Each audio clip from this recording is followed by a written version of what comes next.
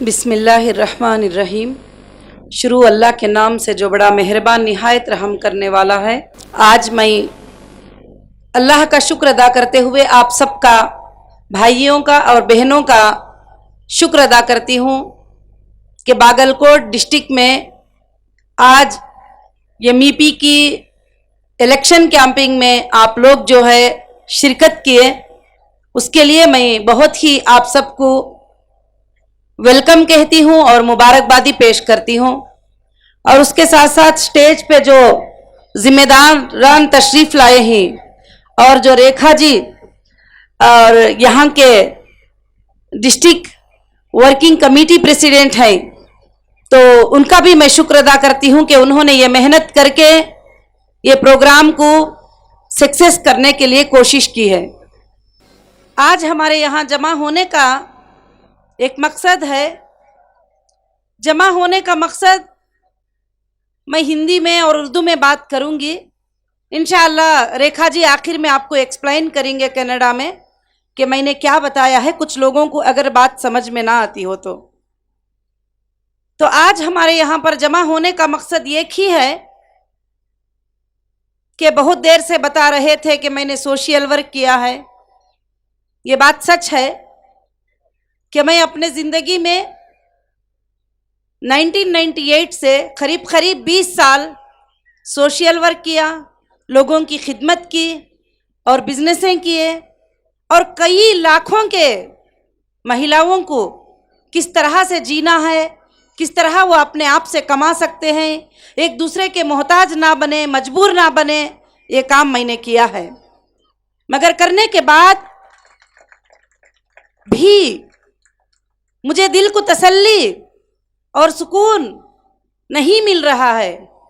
उसकी वजह यही है कि आज जो हिंदुस्तान के अंदर जो पॉलिटिकल का चेहरा है वो बहुत ही बदल चुका है। पॉलिटिकल को एक बिजनेस में, एक तिजारत में तब्दील कर लिए हैं। लोगों की समाज के सेवा के लिए ये इलेक्शन होते हैं, वोट होते हैं, लोग जीतते हैं ताकि लोगों की वो मदद कर सके, लोगों को गरीबी में काम आ सके, लोगों की मजबूरी में काम आ सके। मगर ये चीज़ उल्टी हो गई कि लोग सिर्फ इसलिए इलेक्शन कंटेस्ट करते हैं कि इसमें से मैं एमएलए बन जाऊंगा या एमपी बन जाऊंगी या एमएलए बन जाऊंगा तो उसके बाद जो है मेरी ज़िंदगी के हालात सबसे अच्छे हो जाएंगे। मुझे कार रहेगी, मुझे बंगला रहेगा, मुझे रेड लाइट की गाड़ी रहेगी, उसके बाद जो है मुझे सुकून मिल जाएगा। तो मेरे बहनों और भाइयों, कर्नाटक के लोगों और बागलकोट के सारे लोग, मैं तुमको ये बताना चाहती हूँ कि ये चेहरे को बदलने के लिए मैंने एमईपी को नेशनल पार्टी बनाकर लाई हूँ। वो इसलिए लाई हूँ ताकि पूरे इंडिया के अंदर जो है इस पार्टी से कंटेस्ट करके प्राइम मिनिस्टर तक कंटेस्ट करना है। ना कि बेंगलुरु, ना कि कर्नाटका, टोटल इंडिया के जनरल इलेक्शन इस पार्टी के थ्रू करेंगे। इस पार्टी में मर्दों को भी हिस्सा है, इस पार्टी में औरतों को भी हिस्सा है, क्योंकि ये पार्टी को मुद्दा बनाया है कि महिला एम्पावरमेंट के लिए ये पार्टी हो। क्योंकि महिलाओं की तरफ सूचना हर कम्युनिटी में बहुत कम ख्याल करते हैं। कम्युनिटी के साथ साथ पॉलिटिकल भी महिलाओं के लिए उनका हिस्सा देना ज़रूरी नहीं समझते। जैसे कर्नाटक के अंदर तकरीबन 38-39 मिनिस्टर्स हैं, उसमें सिर्फ एक मिनिस्टर औरत है, सिर्फ एक मिनिस्टर उसके अंदर औरत है। जबकि औरतें भारत के अंदर तकरीबन जो है 49%, 50% ही, मगर हमें रिजर्वेशन 1%, 2% भी मिलता नहीं है। जब मिलता भी है तो किसी के नीचे दब कर जीने के लिए मिलता है बस।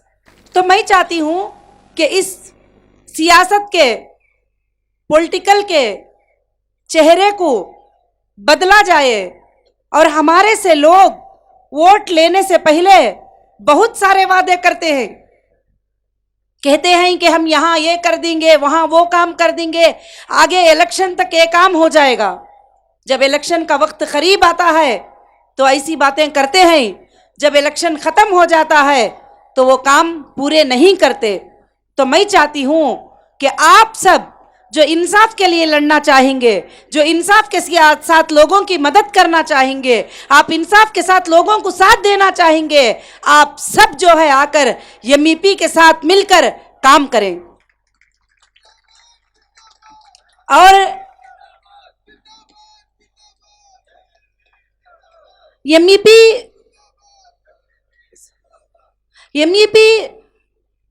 ये नेशनल पार्टी है और एमईपी के अंदर जो लोग आएंगे सबको टिकट है। इसमें हिंदू को भी टिकट है, मुस्लिम को भी टिकट है, लिंगायत को भी टिकट है, दलित को भी टिकट है और इसके अंदर सारे कौम के लोगों को भी टिकट है। जो भी जिस मजहब पे चलते रहो, मगर भारत के संविधान के नज़र में हम सब एक भारतीय है, उसको हमको खड़ा करना है। हम सब मिलकर इस भारत के संविधान को बचाना है और हम सब मिलकर भारत के सेकुलरिज्म को बचाना है। 2014 में सेंट्रल सरकार ने हमसे काफी वादे किए थे कि हर गरीब के अकाउंट में 15 लाख रुपए आ जाएंगे हिंदुस्तान में। क्या आए हैं आपके अकाउंट में? किसी के भी एक के अकाउंट में आए हैं तो उठकर खड़िए। 15 लाख रुपए आपके अकाउंटों में आएंगे। 15 लाख अकाउंटों में आना छोड़िए, जो औरतें 10-20 हजार जमा के रखे थे वो भी बैंक में चले गए। सच है क्या नहीं? 15 लाख आने के बजाय हमारे चोरी करके वो पैसे भी तक जो है बैंकों में डालना लगा दिए। अब बैंक में पैसे डालने के बाद, अकाउंट ओपन करने के बाद अब एक और बिल पास करते हैं कि जिसके भी पैसे बैंक में ही उनको वो पैसों पे हक ही नहीं। वो चाहे तो दे सकते हैं बैंक वाले, वो ना चाहे तो ना भी कह दे, तो हम कुछ नहीं कर सकते। आपको पता है कि हम पर कितना जुल्म हो रहा है?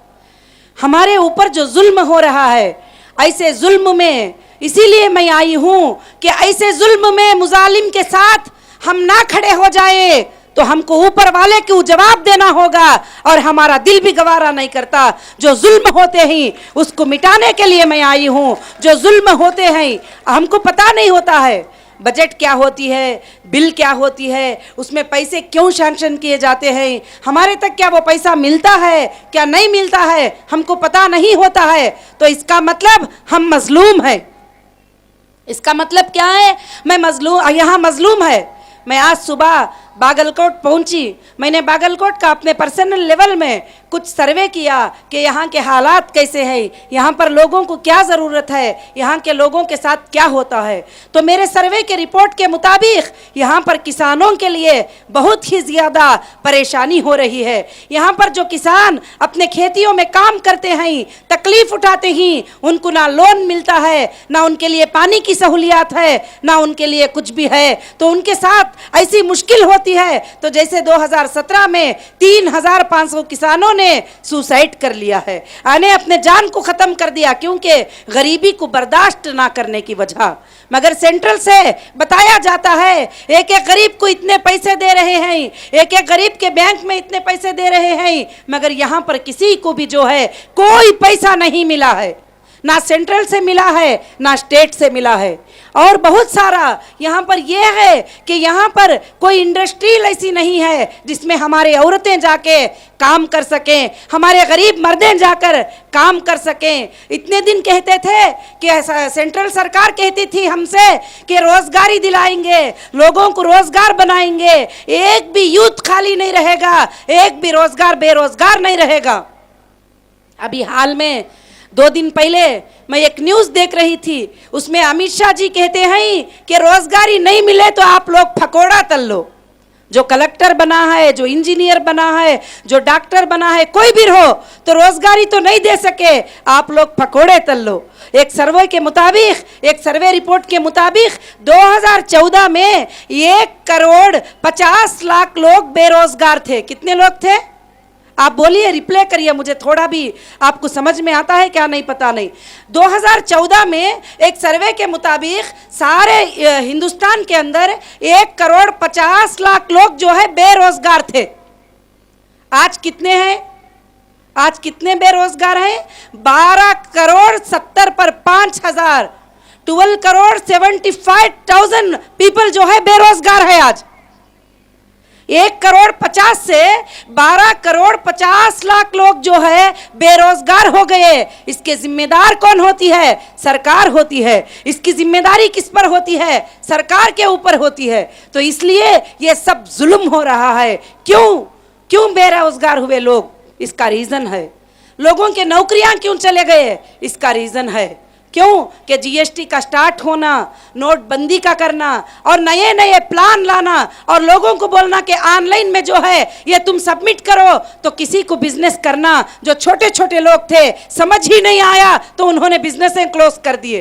क्या करेंगे? हर महीने में ये खुद सीएस को नहीं मालूम है कि कैसे जीएसटी पे करना है।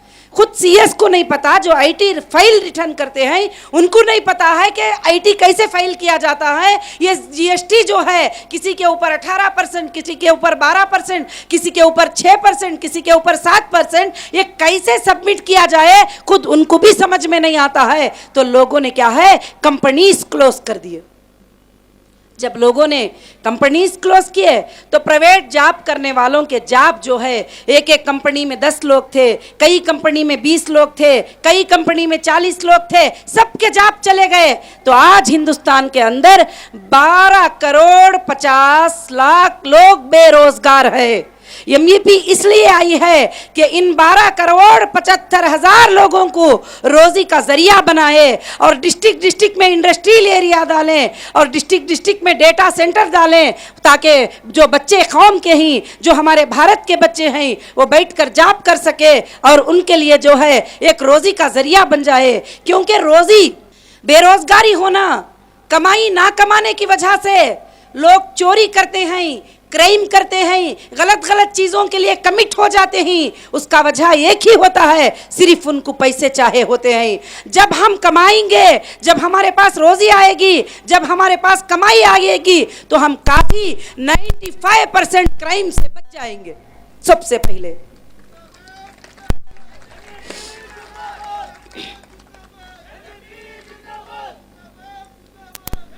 आज 2014 में सेंट्रल गवर्नमेंट ने हमसे वादे किए। क्या वादे किए?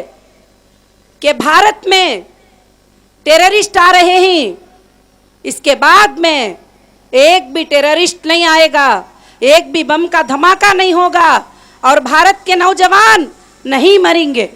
आप तारीख उठाकर देखिए, आप लिस्ट उठाकर देखिए कि 2014 तक किसी भी साल में उतने हमारे जवान शहीद नहीं हुए बॉर्डर पे, उससे ज्यादा जवान अब शहीद हो गए। यूरी अटैक में हमारे 19 जवान शहीद हुए और कभी 7 जवान शहीद हुए, कभी 8 जवान शहीद हुए, कभी 100 जवान शहीद हुए। रोज का रोज हमारे भारत के जवान जो है शहीद होते चले जा रहे हैं। मगर पहले वादा किया गया था कि ऐसी कोई चीज जो है भारत में नहीं होंगी। मैं ये बातें आपको इसलिए बताती हूँ कि इन बातों के ऊपर गौर करिए, फिक्र करिए। आज भारत के अंदर कोई भी नेता नहीं बन सकता जब तक कि तुम उसको वोट नहीं करते।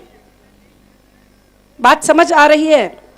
जब तक कि कोई नेता नहीं बन सकता जब तक कि तुम उनको वोट नहीं करते। तो इसलिए जो है आप सोच समझकर सेलेक्ट करने की कोशिश करिए और खास कर से हमको चाहिए कि हम सेकुलर रहे, क्योंकि भारत का संविधान यही सिखाता है, भारत के अंदर काले गोरे के लिए एक ही इंसाफ है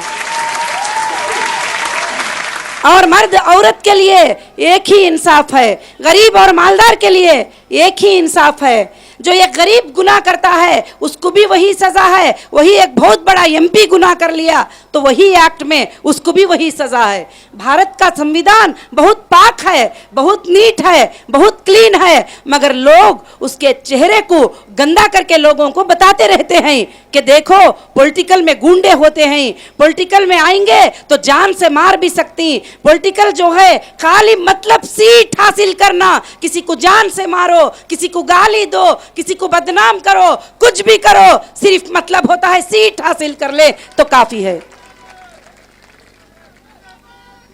तो मैं ये सोचती हूं कि हमको सीट नहीं, हमको सबसे पहले लोगों में पीस लाने की जरूरत है।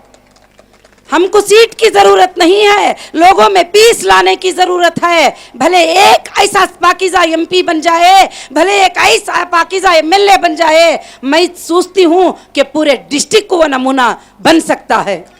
ये ना सोचें कि सब लोग ऐसे बन चुके हैं तो अब ये सुधर नहीं सकते, क्योंकि गांधी जी ने भी कदम उठाया था ब्रिटिश वालों से हमको आज़ाद करने के लिए। जब उन्होंने कदम उठाया, सारे लोगों ने साथ दिया, तो ये काम एक दिन हो चुका।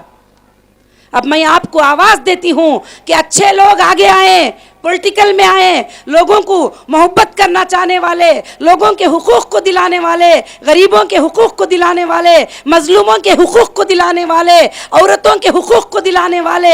आज हमारे बच्चियों के साथ क्या होता है, मैं जब से बेंगलुरु में आई हूँ, मैं एक दिन में सुनती हूँ कि कहीं के पे 11 साल की बच्ची का रेप हो गया, कहीं पे 6 साल की बच्ची का रेप हो गया, कहीं पे 14 साल की बच्ची का रेप हो गया। दिल तड़प जाता है। मैं बैठी रही थी, एक दिन मुझे 12 बजे रात को एक रिपोर्टर का फोन आया कि एक बच्ची का जो है मर्डर हो गया है, उसको रेप किया और उसको मार दिया गया। और मैं बहुत घबराई, 11 साल की बच्ची थी। मैं उठकर देखी, उसका फोटो देखने के बाद मुझे बहुत ही तकलीफ हुई, बहुत अंदर से, दिल से मुझे बहुत तकलीफ है। ये बच्ची कैसे मरी है, और वो भी स्कूल में और हॉस्टल में, ये बच्ची किस तरह से मरी है।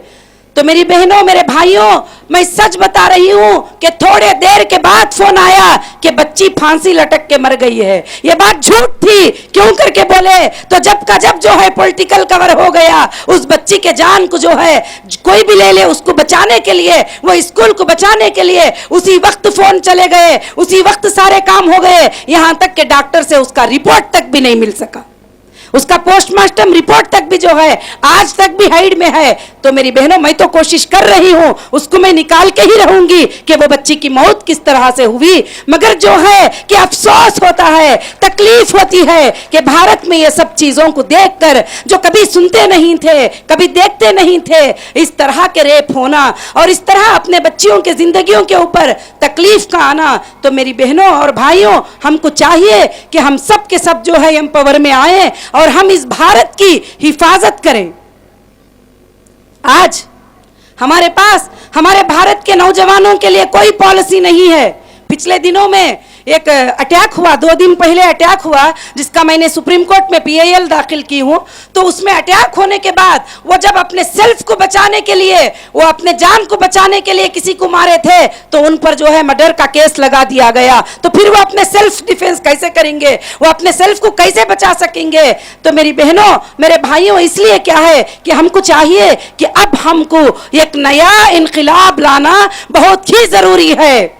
इन सोते हुओं को जगाना बहुत ही जरूरी है, और पॉलिटिक्स को, पॉलिटिक्स का चेहरा दिखाना बहुत जरूरी है कि क्यों हम तुमको चेयर पे बिठाते हैं, किस लिए चेयर पे बिठाते हैं, किस लिए हम वोट देते हैं, ये पूछना तुम्हारे सबका हक बनता है। और आप ये समझते हैं कि ये हम बहुत बड़े दाता है तो दाता को नहीं पूछते। नहीं, दाता को तुमने ही दाता किया है, दाता को तुमने ही बंगला दिलाया है, दाता को तुमने ही गाड़ी दिलाई है, दाता तुम्हारे ही पैसों से जी रहे हैं। जो टैक्स, जो वैट, जो रजिस्ट्रेशन चार्जेस होते हैं, उससे जो है ये इनके सारे सैलरीज जाते हैं, इनके सारे पेमेंट्स होते हैं। उसके बावजूद भी जो है लोगों को ही तंग नजर से देखा जाता है। तो मैं चाहती हूं कि जो लोग अपने आप को कमजोर समझते हैं, वो लोग उठें और इंसाफ के लिए लड़ने के लिए तैयार हो जाएं। और इंसाफ के लिए जो लोग लड़ते हैं, उनके साथ अल्लाह की मदद आती है, और वो जरूर जरूर दुनिया में नहीं तो आखिरत में वो जरूर कामयाब होते हैं। आज हमारे भारत में कई चीजें मिलते हैं, ग्रीनरी से लेकर, फ्रूट से लेकर, तरकारियों से लेकर। मैं तो समझती हूं कि वर्ल्ड के किसी कंट्री में इतने इतने इतने चीजें, इतने मेवे कहीं भी नहीं है जितने भारत में हैं। किसी कंट्री में सिर्फ खजूर लगता है, किसी कंट्री में सिर्फ बादाम लगता है, मगर हमारे कंट्री में खजूर भी लगता है, बादाम भी लगता है और नारियल भी आता है। हमारी कंट्री में सारे फ्रूट्स होते हैं। उसके बावजूद भी आज हमारे पास जो है, हम गरीब है, वो दूसरे कंट्रियां मालदार है। क्यों? कि आज हमारा माल हम तक नहीं पहुंचा जाता है। क्या बदलाव आया है? अच्छे दिन आने वाले थे, मगर किसी का आज तक लात का हाउस नहीं निकला, किसी की गुड़सी नहीं निकली। गरीब का जो है पेट वैसे ही रहा है। जो गरीब बंडी पे बिजनेस करता था वो वैसे ही कर रहा था, वो और भी गरीब गरीब होते जा रहे हैं। इकोनॉमिक ग्रोथ क्यों नहीं करी, लोग मालदार क्यों नहीं बने? क्यों? कि तुमको सिर्फ बोला गया था मगर तुम्हारे तक तुम्हारे माल कभी भी नहीं पहुंचाए गए।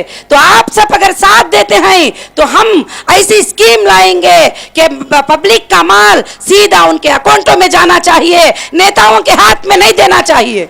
अगर ये पॉलिसी को हम पास करा लेंगे तो समझ जाइए जैसा ब्रिटिश के हाथों से आजाद हो गए थे वैसे हम नेताओं के हाथ से भी आजाद होकर हमको अपना माल मिलता चला जाएगा।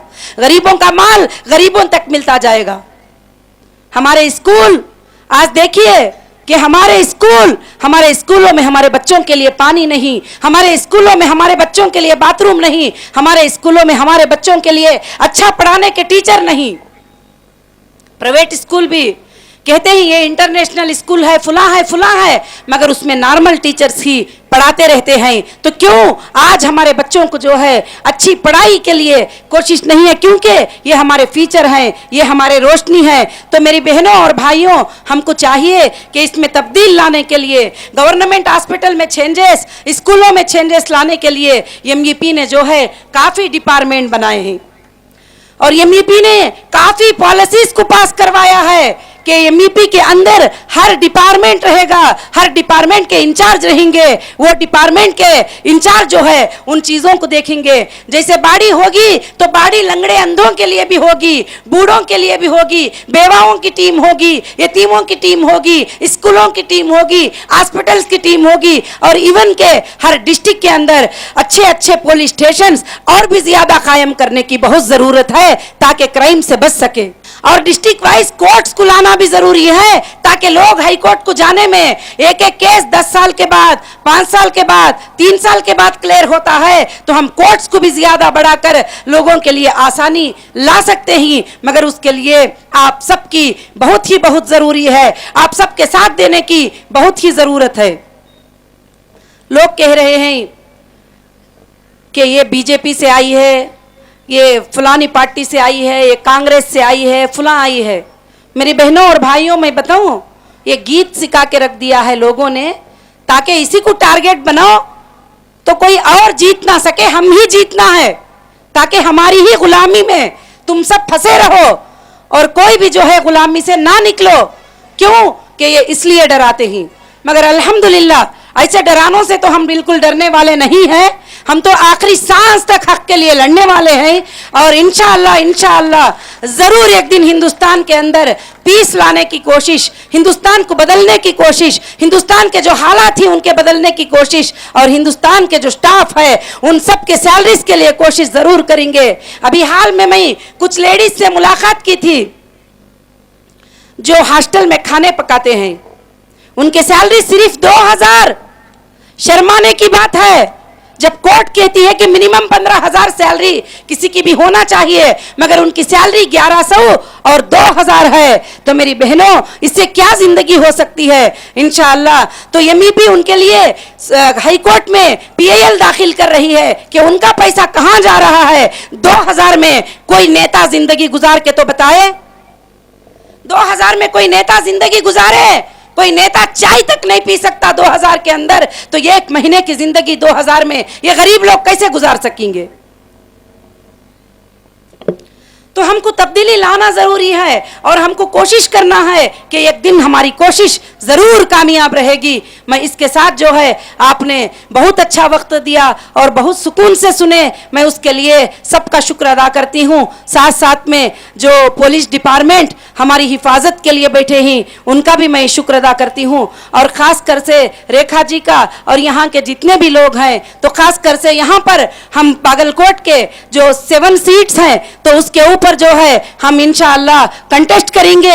इसमें सबको हमने सीट रिजर्व करके रखा है। दलित को सीट होगी, लिंगायत को सीट होगी, और भी बहुत सारे जो भी जमातें ही, जो मुसलमान ही, हिंदू ही, सबके लिए भी सीट रिजर्व होगी। जो लोग आगे आकर चुनौती में लड़कर लोगों को इंसाफ दिलाना चाहते हैं वो एमईपी में ज्वाइन करें। एमईपी का मकसद एक ही है कि वो लोगों को जो है इंसाफ दिलाएं और जिनके साथ जुल्म हो रहा है उनको जुल्म से बचाए। उसके अलावा कोई मकसद नहीं है। जय हिंद, जय कर्नाटका।